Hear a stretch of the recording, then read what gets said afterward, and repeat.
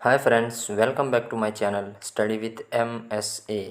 આજની વિડીયોમાં આપણે સંસ્કૃત સાહિત્યના એક મહાન નાટક વિક્રમાર્વશ્યમની સમરી જોવાના છીએ કે જે લખવામાં આવ્યું હતું મહાકવિ કાલિદાસ દ્વારા. સમરીની શરૂઆત કરતાં પહેલાં આપણે આપણા લેખક કવિ કાલિદાસ વિશે કેટલીક માહિતી મેળવી લઈએ. તો મહાકવિ કાલિદાસના જીવન વિશે કાંઈ ખાસ માહિતી મળતી નથી, પરંતુ એવું માનવામાં આવે છે કે તેઓ ગુપ્ત વંશમાં થઈ ગયા. મહાકવિ કાલિદાસની ગણના સંસ્કૃત સાહિત્યના સૌથી મહાન કવિ અને નાટ્યકાર તરીકે કરવામાં આવે છે. જેવી રીતે ઇંગ્લિશ લિટરેચરમાં શેક્સપિયરનું સ્થાન છે, તેવી રીતે સંસ્કૃત સાહિત્યમાં કવિ કાલિદાસ મોખરે છે. એટલે કે તે સંસ્કૃત સાહિત્યના સૌથી મહાન લેખક છે. મહાકવિ કાલિદાસે 3 નાટક અને 4 કાવ્યોની રચના કરી છે, જેમાં સૌપ્રથમ છે અભિજ્ઞાન શાકુંતલમ, કે જેની સમરી હિન્દી અને ગુજરાતીમાં આપણી ચેનલ ઉપર અવેલેબલ છે. ત્યારબાદ આજનું નાટક વિક્રમાર્વશ્યમ અને માલવિકા અગ્નિમિત્રમ. આ 3 નાટકો છે. મેઘદૂત, રઘુવંશમ, કુમાર સંભવમ અને ઋતુસંહાર, આ 4 તેમના કાવ્યો છે. લેખક વિશે માહિતી મેળવી લીધા પછી નાટકના પાત્રો વિશે માહિતી મેળવીએ. સૌપ્રથમ છે ઉર્વશી, કે જે નાટકની નાયિકા છે. ત્યારબાદ છે પુરુરવા, કે જે નાટકનો નાયક અને ચંદ્રવંશી રાજા છે. ઓશિનરી, કે જે પુરુરવાની પત્ની છે. નિપુણિકા, કે જે ઓશિનરીની દાસી છે. જેવી રીતે મોટાભાગના સંસ્કૃત નાટકોમાં વિદૂષકને નાયકનો મિત્ર બતાવવામાં આવે છે, તેવી રીતે આ નાટકમાં પણ વિદૂષકને પુરુરવાનો મિત્ર બતાવવામાં આવ્યો છે. ચિત્રલેખા, કે જે ઉર્વશીની સખી છે. કેશી, જે દાનવ છે જે ઉર્વશીનું અપહરણ કરે છે. ઇન્દ્ર, આપણે સૌ જાણીએ છીએ કે દેવોના રાજા. ભરત મુનિ, તેમનો પણ રોલ ખૂબ મહત્વનો છે, કારણ કે તે ઉર્વશીને શ્રાપ આપે છે, જેના કારણે નાટકનું કથાનક આગળ વધે છે. ઋષિ ચવન્ય, કે જે ઉર્વશી અને પુરુરવાના પુત્રનું પાલન કરે છે. અને અંતમાં છે આયુ, કે જે ઉર્વશી અને પુરુરવાનો પુત્ર છે. નાટકના પાત્રો વિશે માહિતી મેળવી લીધા પછી વધારે સમય ન વેસ્ટ કરતા શરૂ કરીએ આજની આપણી આ વિડીયો. આ નાટકને 5 અંકોમાં વિભાજિત કરવામાં આવેલ છે.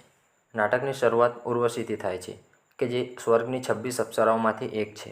હવે એક દિવસ ઉર્વશી સ્વર્ગની અન્ય અપ્સરાઓ સાથે કૈલાશ પર્વત તરફ જઈ રહી હોય છે.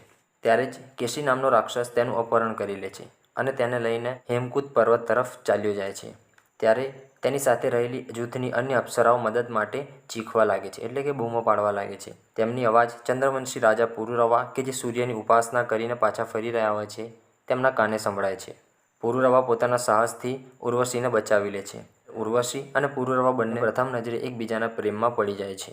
પણ હવે ઉર્વશીને અન્ય અપ્સરાઓની સાથે સ્વર્ગમાં પાછા જવું પડે છે, પણ તેનું હૃદય હજુ પણ પૃથ્વી પર જ લાગેલું હોય છે. બીજી બાજુ પુરુરવા પોતાના રાજપાટના કામોમાં મન લગાવવાનો પ્રયત્ન કરે છે, પણ તેના માનસપટ પરથી ઉર્વશીના વિચારો દૂર થતા નથી. તેને દરેક જગ્યાએ ઉર્વશી જ દેખાય છે. તે પોતાની પત્ની ઓશિનરીને ભૂલથી ઉર્વશીના નામથી બોલાવી લે છે. ત્યારે ઓશિનરીને તેના પર શંકા જાય છે. તે પોતાની દાસી નિપુણિકાને આ ઘટનાની જાણકારી મેળવવાનું કામ સોંપે છે. નિપુણિકા, જે ખૂબ ચાલાક અને હોશિયાર હોય છે, તે પોતાની હોશિયારી અને ચાલાકીથી પુરુરવાના મિત્ર વિદૂષક પાસેથી આખી વાત કઢાવી લે છે. અને ત્યારબાદ ઓશિનરીને આખી ઘટના વિશે જણાવે છે કે મહારાજની આવી સ્થિતિનું કારણ ઉર્વશી છે. એક દિવસ સાંજના સમયે રાજકાર્યમાંથી છૂટા થઈને આરામ માટે રાજા પુરુરવા બગીચામાં જાય છે. તે ખૂબ ઉદાસ હતા. વસંત ઋતુ હોવાના કારણે ચારેય બાજુ હરિયાળી છવાઈ ગઈ હતી. પરંતુ આ બધી બાબતોથી પણ તેમના મન ઉપર જરાય અસર થતી ન હતી. તેમને જરાય પણ આનંદ પ્રાપ્ત ના થયો, કારણ કે તે ઉર્વશીના ખયાલોમાં ખોવાયેલા હતા. પુરુરવા વિદૂષકને પોતાની આ ઉદાસી દૂર કરવાનો રસ્તો બતાવવા માટે કહે છે. તે જ સમયે ઉર્વશી અદૃશ્ય રૂપે ત્યાં પ્રવેશ કરે છે. તે પુરુરવા અને વિદૂષકને જોઈ શકે છે, પરંતુ તે બંને તેને જોઈ શકતા નથી. ઉર્વશી પુરુરવા અને વિદૂષકની વાતો સાંભળવા લાગે છે. તેમની વાતો સાંભળીને ઉર્વશીને વિશ્વાસ થઈ જાય છે કે પુરુરવા પણ તેના પ્રેમમાં છે, અને આ કારણથી જ તે દુઃખી છે. પણ તે પ્રકટ થતી નથી. તેણે એક ભોજપત્ર પર પુરુરવાની શંકાઓના ઉત્તરમાં એક પ્રેમપત્ર લખ્યું અને તેને પુરુરવાની સામે ફેંકી દીધું. પુરુરવા તેને વાંચીને પ્રસન્ન થઈ ગયો. તેણે તે પત્ર વિદૂષકને સાચવવા માટે આપ્યું, પરંતુ દુર્ભાગ્યવશ તે પત્ર હવાને કારણે ઉડીને ઓશિનરીની પાસે જઈને પડ્યું. ઓશિનરીએ જ્યારે તેને વાંચ્યું તો સૌ પ્રથમ તો તેને ગુસ્સો આવ્યો, પરંતુ ત્યારબાદ તેણે નક્કી કર્યું કે તે આ બંને પ્રેમીઓની વચ્ચે નહીં આવે. પુરુરવા અને ઉર્વશીની વચ્ચે કાંઈ વાતચીત થાય તે પહેલાં જ ઉર્વશીને સ્વર્ગમાં એક નાટકમાં અભિનય કરવા માટે જવું પડ્યું.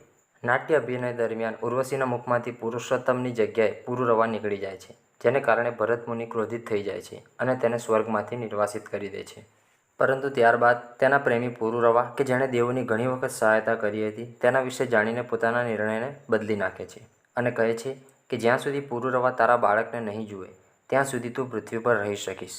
એટલે કે પુરુરવા જ્યારે તારાથી જન્મેલા તેના બાળકને જોઈ લેશે તો તારે સ્વર્ગમાં પાછા આવવું પડશે.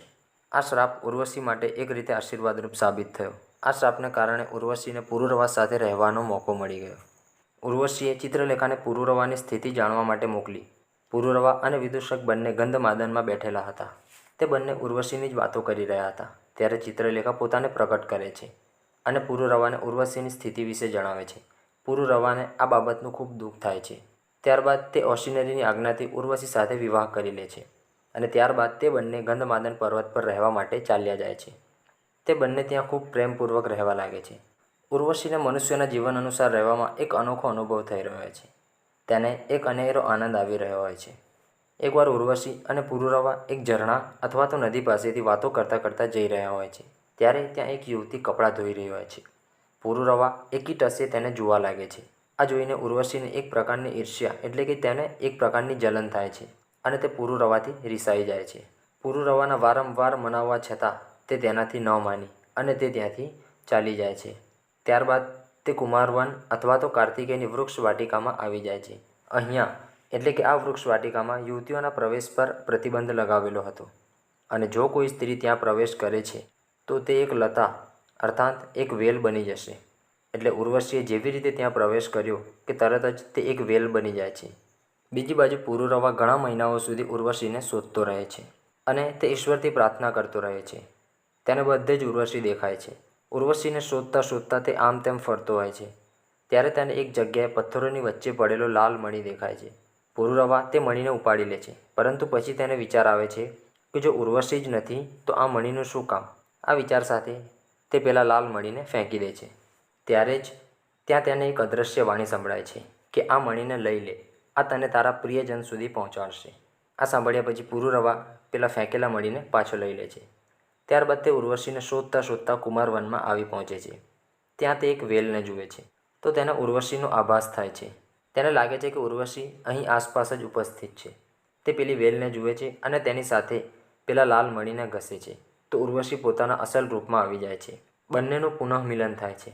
ત્યારબાદ તે બંને રાજમહેલ તરફ પાછા આવી જાય છે. ઓશિનરી તેમના પ્રેમનો સ્વીકાર કરે છે અને તેમનું સ્વાગત કરે છે. ઉર્વશી અને પુરુરવા એકબીજા સાથે ખૂબ પ્રેમપૂર્વક રહેવા લાગે છે. રાજાએ જે મણીથી ઉર્વશીને પાછી મેળવી હતી તે મણી ઉર્વશી માટે ખૂબ પ્રિય બની ગઈ હતી. તે તેને ખૂબ સાચવીને રાખવા લાગે છે. એક દિવસે એક કાગડો અથવા તો ગીધ અથવા તો અન્ય કોઈ પક્ષી ઉર્વશીની દાસીના હાથમાંથી તે મણી લઈને ઉડી જાય છે. પુરુરવાએ તેને મારવા માટે ધનુષ પર તીર ચડાવ્યો, પણ તેના તીર ચલાવતા પહેલાં જ કોઈ અન્ય વ્યક્તિનું બાણ તે પક્ષીને વાગ્યું અને તે નીચે પડી ગયો. હવે પહેલાંના સમયમાં તીર ઉપર તેના માલિક અથવા તો તેને ચલાવનારનું નામ લખેલું હતું. જ્યારે તે તીર ઉપર નામ જોવામાં આવે છે તો તેના ઉપર લખેલું હોય છે કે આ તીર ઉર્વશી અને પુરુરવાના પુત્ર આયુનું છે. પુરુરવા આ જોઈને વિચારમાં પડી જાય છે. તે આશ્ચર્યચકિત થઈ જાય છે કે આવું કેવી રીતે સંભવ છે? મારો તો કોઈ પુત્ર જ નથી અને જો છે તો મને કેમ નથી ખબર? હવે અહીંયાથી સ્ટોરીનો સસ્પેન્સ ખુલે છે કે ઘટના કંઈક આવી હોય છે કે કાર્તિકેયની વૃક્ષ વાટિકામાં ઉર્વશીને મોકલવી એ દેવોની એક ચાલ હતી. હકીકતમાં ઉર્વશીને ગર્ભધારણ થયું હતું, પરંતુ તેણે પુરુરવાથી આ વાત છુપાવી હતી કારણ કે ભરત મુનિનો શ્રાપ હતો કે જે દિવસે તારો પતિ તારા પુત્રને જોશે તે દિવસે તારે સ્વર્ગમાં પાછું આવવું પડશે. ઉર્વશી પાસે બે વિકલ્પો હોય છે. તેણે તેના પુત્ર અથવા તો પુરુરવા બંનેમાંથી કોઈ એકની પસંદગી કરવાની હોય છે. ઉર્વશી એક મા અને પત્નીની સાથે સાથે એક પ્રેમિકા પણ હતી અને તેનામાં રહેલી પ્રેમિકા હજુ સુધી સંતુષ્ટ થઈ ન હતી. જો તે પોતાના પુત્રને પુરુરવાની સામે લાવી દેત તો તેને સ્વર્ગમાં પાછું જવું પડતું, પરંતુ તે પુરુરવાને છોડવા માંગતી ન હતી. તેથી પોતાના પુત્રને તે ચ્યવન ઋષિના આશ્રમમાં છોડી આવી હતી. રાજાએ તે તીરના આધારે પોતાના પુત્રની ખબર મેળવી ત્યારે ચ્યવન ઋષિએ તેમને આખી ઘટના જણાવી. ઋષિએ આયુને બધા સંસ્કારો આપ્યા હતા. પુરુરવાને આખી ઘટના ત્યાં સમજાય છે. હવે જ્યારે પુરુરવા પોતાના પુત્રને જોઈ લે છે તો ઉર્વશીને સ્વર્ગમાં પાછું જવું પડે છે. હવે જ્યારે તેના પુત્ર બધી વિદ્યાઓમાં નિપુણ થઈ ગયો હતો અને ઉર્વશી પણ સ્વર્ગમાં જઈ ચૂકી હતી તો રાજાએ પોતાનો રાજપાટ આયુને સોંપી અને તે પોતે ગંધમાદન પર્વત પર જવા માટે નીકળી ગયો. હવે થોડાક સમય પછી દાનવોએ સ્વર્ગ પર આક્રમણ કરી દીધું તો પુરુરવાએ તેમને પરાજિત કરીને દેવોની સહાયતા કરી અને આના બદલામાં ઇન્દ્રએ ઉર્વશીને ગંધમાદન પર પુરુરવા સાથે રહેવાની પરમિશન આપી દીધી.